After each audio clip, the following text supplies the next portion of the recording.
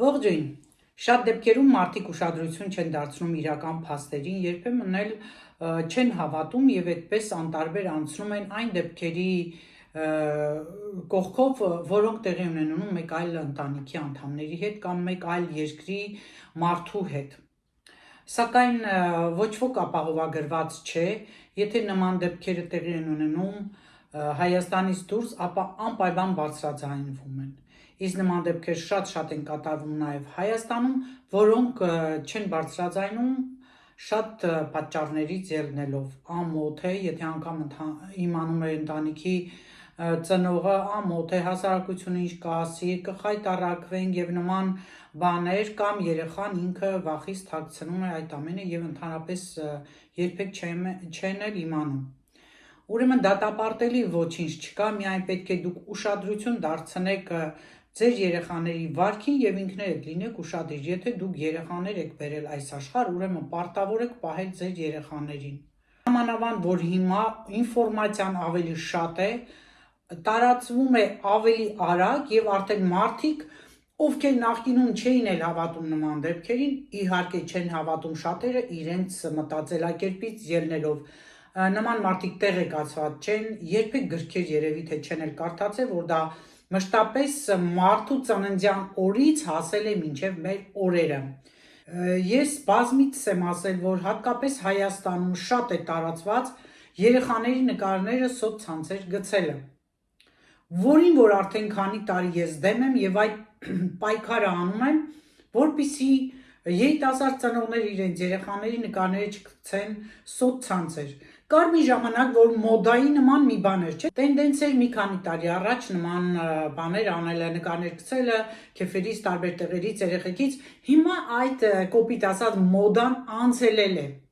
Եվ այլևս այս արագության դարում ոչ ոքի հետաքրքիր չէ ձեր երեխայի նկարը, ոչ ոքի հետաքրքիր չէ, որ դուք գցում եք ձեր ամուսնու կամ կնոջ նկարը եւ սիրո խոստովանություններ եք անում, ոչ ոքի այլևս հետաքրքիր չէ, որ ձեր երեխայի նկարները գցում եք եւ նորից սրտաճմլիկ բաներ եք գրում, հիմնականում դա արդեն ավարտված փուլ է։ Բայց շարունակում են դեռևս մարդիկ, ովքեր ուրեմն նկարները գցում են, որն է շատ վտանգավոր է, որովհետեւ բոլոր սոցցանցերում կան նման մարդիկ, ովքեր նայում են, որսում են, հետաքրքրվում են, զոհեր են իրենց համար փնտրում։ Առաջին վտանգը սա է։ Իդեպ Facebook-ում ես ունեմ Ֆրանսիայի հայեր մեծ խումբ, որտեղ բազմիցս քննարկվել է այս մասին, եւ հարց բարձրացողները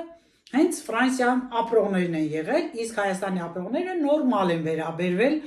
առանց մտածելու, որ ինչ կարող է լինել իրենց երեխաների հետ, ինչ վնասներ կարող են բերել սոցցանցերը։ Գումարած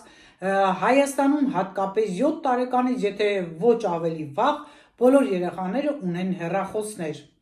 Երեխաներին կարող են ուղարկել նաև նամակներ, սկզբում շատ բարի է, հետո ստեղծել այնպիսի բաներ, որ հանդիպեն, բայց մինչ այդ նախապատրաստական աշխատանքը գնում է այն բանին, որ ծնողները չիմանան, դու իմանաս, ոչ ոքի մի ասի, սա քոնն է, նրանք քեզ կպաշեն, այնպիսի բաներ, որ բնականաբար նույնիսկ մարդիկ, տարիքով մարդիկ էլ են հավատում նման մարդկանց։ Ամեն բնակավարում կան նման ստախոսներ, մանիպուլացնող մարդիկ, ովքեր կարող են շատ հեշտությամբ բոլորին ուրեմն խաբել, ուղեղները լվանալ։ Ֆրանսիայում ընդունված է, որ երեխաները, հատկապես փոքր տարիքի դեռահասության եւ ավելի փոքր, գիշերում են ընկերների տանը, դասընկերների տանն են գիշերում, այսպես ավանդույթ կա։ Հիմա դուք երբեք ապահովագրված չեք, թե այդ ընտանիքի հայրը կամ մայրը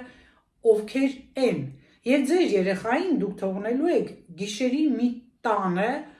որտեղ որ ընդամենը ձեր երեխան ճանաչում է իր ընկերուհուն կամ ընկերոջը եւ դպրոցում փոքրի շատ է ընկերություն են անում, համակրում են իրար։ Քավլիցի չեմ վախեցում, ես չեմ ժխտում բոլոր մարդկային կապերը, բոլոր մարդկային տեսակի մարդկանց առաջ խոնարհվում եմ, բայց ես ձեզ զգուշացնում եմ։ Եվ վտանգը հիմնականում գալիս է ծանոթ ու հարազատ մարդկանցից։ Շատ քիչ դեպքերում են, որ դրսի մարդիկ են խառնվում այդ ամենին։ Ուստի նույնիսկ Հայաստանում ձեր երեխաներին մի թողեք, տարեք ձեր հետ, գնում եք քեֆի ձեր երեխային տարեք ձեր հետ։ Ինչու է որ այստեղ հենց այդ փոքրիկ բարու ժամանակ էլ ուր գնում եք տանում են, ռեստորան եք գնում, ծնունդ կնունկ եք գնում, խանութներ եք գնում, ձեր երեխաներին տարեք ձեզ հետ։ Սովորություն է թողնել մամաների մոտ։ Հիմա կասեն մաման ինչ վտանգ է տալու, մաման վտանգ չի տալու հարազատներից, բայց դա սովորություն է դառնում, որ իր երեխային ինքը թողնում է շատերի մոտ։ Վերջին տարիներին նաև Հայաստանում կա երգի տեսակ, որ ինչպես այստեղ Ֆրանսիայում են անընդհատ երեխաներին բացատրում, որ ձեր ինտիմ գոտիները միայն ձերն են, չթողնեք որևէ մեկը դիպչի ձեր ինտիմ զոնաներին, ով ուզում է լինել, ու սա երգում են, ցույց են տալիս, բացատրում են, ասում են։ Եվ բացատրում են, որ եթե ինչ-որ մեկը այդպիսի բան անի, անպայման ասում եք ծնողներին, ուսուցչին, փոքրուց երեխաներին այդպես տրամադրում են։ Հիմա կասեք, որ ասում են, բան չեն դեպքեր լինում։ Դեպքերը այդքան էլ շատ չեն լինում, կամ շատ չեն լինում տոկոսային հարաբերությամբ։ Այսինքն մոտ 70 միլիոնանոց Ֆրանսիայում դեպքերը կարող են կազմել 5%, բայց Հայաստանում 2.5 միլիոնանոցի դեպքում 5% եւ ավելի է, որը որ սարսափելի է։ Պարզապես դուք տեղյակ չեք, հարգելի ծնողներ։ Երեխաների հետ մտերմացեք, երեխաների հետ միշտ կիսվեք այն հարցերի շուրջ, ինչը իրենց հետաքրքրում է, տարիքային առանձնահատկություն գոյություն ունի, եւ այդ տարիքային առանձնահատկությունները կարողացեք զանազանել։ Մենակ ամուսնանալն ու երեխա ունենալը դա դեռ ձեր կարևոր ֆունկցիան չէ, դա բոլորը կարող են անել։ Կարողացեք դաստիարակել ձեր երեխաներին, ուրեմն մինչև ամուսնությունը դուք ինքներդ ինքնակրթվեք։ Մի հատ հասկացեք, այդ ամուսնությունը լոկ մեկին սիրելով ու ամուսնանալը չէ։ Կարող եք չամուսնանալ, սիրեք այնքան, մինչև որ արդեն կզգաք դուք հասուն եք եւ քայլ արեք երեխա ունենալու համար։ Այս որ ազատություն են ասում, հիմա ազատություն է, մարդիկ ջահելները երբեմն գրում են թքած ունեմ հասարակության համար, նրանց համար չեմ ապրում, ես իմ կյանքով եմ ապրում, դա էլ շատ սխալ մոտեցում է, քանի որ յուրաքանչյուր մարդ հասարակական էակ է։ Ուրեմն դու պիտի շարժվես այդ հասարակության օրենքներով, նորմերով որոշ տեղեր։ Ես չեմ ասում հասարակությունից դուրս գալ կամ չենթարկվել, էլի ճիշտ հասկացեք իմ ասածը, այլ ընտրեք այն միջինը, որը կարող է ամենաճիշտը լինի ձեզ համար, ինչպես նաև ձեր կեցվածքի, ձեր վարքի, որ շատ բաներ գալիս են հենց այդ տեղից։ Այսօր շատ հայ կանայք, երիտասարդ կանայք կամ աղջիկներ, նույնիսկ իրենց հագուստների մոտեցման ձևով, իրենց խոսելաձևով, իրենց պահվածքով շատ հեռու են կին հասկացողության հետ եւ նրանք պատճառաբանում են, որ ինձ պետք չէ արայով խոսել եւ մի խոսքով շատ բաներ գալիս է այստեղից։ Ներկա երիտասարդության ծնողները 40 քանի տարեկան, մինչև 40 երևի տարիքի կանայք ու տղամարդիկ են, ովքեր փորձում են ավելի շատ ազատություն տալ իրենց երեխաներին, չհասկանալով, որ երբեմն սխալ ճանապարհով են գնում երեխաները եւ իրենք մտածում են, որ դա մի տարիք է, դա էլ կանցնի, բայց երբեք չգիտես թե երբ վտանգը կգա։ Ինչևէ, ես հիմա չեմ այնպիսի տպավորություն փորձում ստեղծել, որ դուք սարսափեք, մարդկանց հետ չշփվեք, ձեր երեխաներին չվստահեք, վստահեք ստուգելով, ճանաչեք ստուգելով։ Մեր ժամանակ մեզ դա չէին ասում։ Մեր ժամանակ մեզ ասում էին ազնիվ եղիր, հա, ազնվությունը հիմա ես էլի մեծ նշանակություն եմ տալիս։ Խաբեությանը դեմ եմ, վերջին այդ ֆիլմը Սելավին կարելի է նայեք, խորհուրդ եմ տալիս, նայեք եւ այդտեղ շատ կանացի հոգեբանություն, որ խեղդել են, կուլ են տվել, դա չենք բարձրաձայնել, ֆիլմը բարձրաձայնում է, որի հետ ես համաձայն եմ։ Հիմա ես համաձայն եմ, դուք կարող եք համաձայն չլինել։ Ամեն մարդ մտածում է մի ձևով։ Ես մտածում եմ այս ձևով եւ իմ մտքերն եմ կիսում ձեզ հետ եւ ձեզ զգուշացնում եմ, որ անգամ ձեր տան անդամների հետ զգուշ եղեք։ Անգամ այստեղ Ֆրանսիայում, որ այդքան շատ ննջասենյակներ են հատկացնում ընտանիքներում, երևի նման բաներ են մտածում ու ճիշտ է մտածում, եթե ընտանիքում կա տղա աղջիկ, պետք է նրանք ունենան առանձին ննջասենյակներ։ Տղա աղջիկ նույն սենյակում քնելը մնալն է շատ սխալ եւ խոսակցության թեմա է ու նման բաներ հայերի հետ են շատ կատարվել, կարճ ասած հիմա շատ երևի ընդարձակվեցի տարբեր տեղեր գնացի, բայց ուզում եմ այսպես տեղեկությունները ամբողջացնել, բերել, հասցնել մի գաղափարի շուրջ, որ ձեր երեխաների նկատմամբ դուք ուշադիր եղեք, հարգելի ծնողներ, եւ այս ամենը ինչու եմ ասում, որովհետեւ նորից Ֆրանսիայում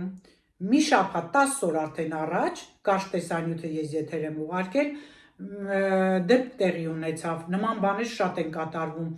11 տարեկան աղջիկ երեխան Լիհաննան, ով անհայտացել էր մայիսի 29-ին, դպրոցից տուն գնալու ճանապարհին այլևս չէին գտել, ոչ ոք չէր տեսել։ Հետո որ անհայտացել էր երեխան, արդեն մի բնակիչ, քանի որ Ֆլորանս քաղաքում էր, նա փոքր քաղաք էր եւ բնակիչները միմյանց ճանաչում են, տեսել էր, որ այդ աղջիկ երեխան նստել էր ոմն տղամարդու մեքենա, որից հետո արդեն անհայտացել էր։ Մի շաբաթ փնտրեցին, հունիսի 4-ին, այդտեղ սիլոսի այդ արտերում, այդ խոտերի մեջ մարմին էին գտել։ Հետաքննությունը ցույց տվեց, որ դա հենց Լիհաննայի մարմինն է, բռնաբարված եւ արդեն բռնության ենթարկված։ Եվ արդեն սկսեցին հետաքրքրվել այդ տղամարդու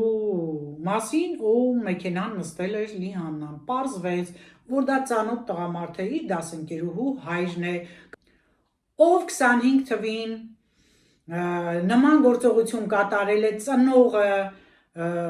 ոստիկանություն է դիմել, բայց ոստիկանները համապատասխան փաստեր չունենալու համար հարցաքննությունը այդպես էլ կիսատ են թողել։ Կարճ ասած 3 անգամ այս տղամարդու մասին հայց է ներկայացվել, էլի կիսատ է մնացել փաստերը ամբողջական չլինելու համար եւ ի վերջո այս մարդուն աշխատանքից հեռացրել են նման սեռական ոտնձգություն անելու անչափահասի նկատմամբ։ Եվ հենց այսօր Ֆրանսիայի նախագահն էլ է խառնված, միթե Ֆրանսիայում ոստիկանությունը այսքան թույլ է ու վատ է աշխատում։ Դրա համար մեծ աղմուկ է բարձրացրել հենց Լիհաննայի այս սպանությունը եւ մեղադրում են պետական մարմիններին իրենց անփութության մեջ։ Եթե ժամանակին նրանք հետաքննեին այդ հանցագործի դեմ հարուցված գործերը, ուրեմն Լիհաննան միգուցե այսօր կենթանի լիներ։ Սա է խնդիրը։ Ֆրանսիական հասարակությունը մեծ աղմուկ է բարձրացրել եւ այսօր ավելի շատ վրդովված են, որ չի կանխվել սա ոստիկանության կողմից։ Տեսեք, թե ինչ է տեղի ունենում, 41-ամյա տղամարդին մի քանի անգամ մեղադրեն ու անտարբեր մնա, սա աբսուրդի ժանրից է։ Այն էլ այն դեպքում, որ այստեղ մի չնչին բանից հետքերով գնում են։ Մի խոսքով, սիրելի հետևորդներ, սա պատահել է Ֆրանսիայում, բայց չի բացառվում, որ պատահում է նաև Հայաստանում, որը որ բոլորովին վերջերս փետրվարին 2 քույրերին, 2 այն տարիքով տղամարդիկ էին նորից ոտնձգություն արել։ Մի խոսքով ամենուր կա նման բան։ Եղեք ձեր երեխաների նկատմամբ ուշադիր, սիրելիներս, եւ այսօրվա այս տեսանյութը ամփոփում եմ եւ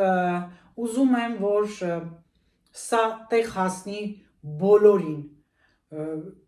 Եթե չեք հավատում, մի հավատացեք։ Եթե հավատում եք, դա ձեր գործն է, բայց զգուշ պահեք ձեր երեխաներին, թողեք մեծանան եւ արդեն իրենք որոշեն ինչ են անում։ Ինչը որ հասնում է ծնողին, ծնողի պարտականություն որպես դուք այդ ընթացքում կատարեք, 18 տարեկան դարձրեք, հետո մի կախվեք, այդ տարիքում ուշադիրեք ձեր ձևով, հետո կախվում եք երեխաներից, երեխաներին պորտաբույծ եք, հայ ծնողներին է վերաբերվում, պորտաբույծ եք մեծացնում, շատերը, երեխաները չեն աշխատում, ծնողների վզին են նստում, ամուսնանում են անգամ տղամարդիկ ծնողների հույսով։ Ուրեմն այս ինչքան չար ու վատ բաներ կա ձեր միջից հանեք, թողեք նրանք ինքնուրույն մեծանան, մինչև 18 տարեկանը պահպանեք, հետո ինչ ուզում են արել, բայց այդ ընթացքում այնպես դաստիարակեք, որ 18-ը լրանա, նա լրիվ գիտակից լինի, իմանա, թե կյանքից ինչ է ուզում, եւ իրենք իրենց ինքնուրույն հարցերը լուծեն։